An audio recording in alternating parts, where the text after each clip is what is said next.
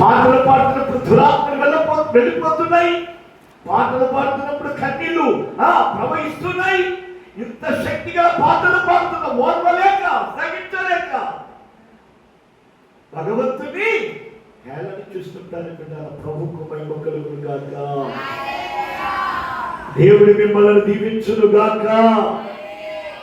ఇలా గమనించండి, మనం ఎవరిని కూడా ధృవీకరించకూడదు. పాటలు పాడినా, సాక్ష్యాలు చెప్తున్నా, బిడ్డలా ఏది చేసినా ప్రభుకు మహిమ కలుగును గాక అని చెప్పడం తప్ప మనము సనగడమే గాని, గొడగడమే గాని, బాధపడటమే గాని ఉండకుండా బిడ్డల ప్రభు మిమ్మల్ని దీవించును గాక.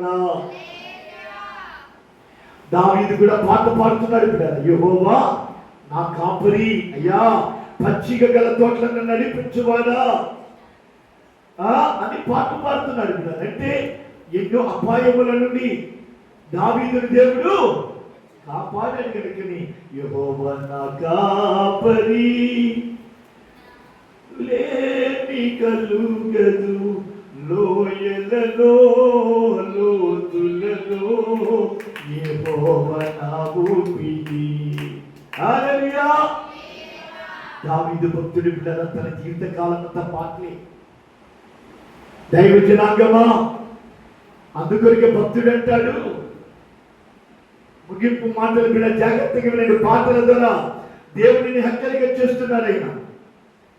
పాటల ద్వారా మీకు ఎప్పుడైనా సంతోషము కలిగిందా? మీ భార్య భర్తలు, మీ కుటుంబం అంతా పాటలు పాడి సంగీతములతోనూ నాట్యములతోనూ కొలసీలకు రాసినటువంటి పత్రిక బిడ్డ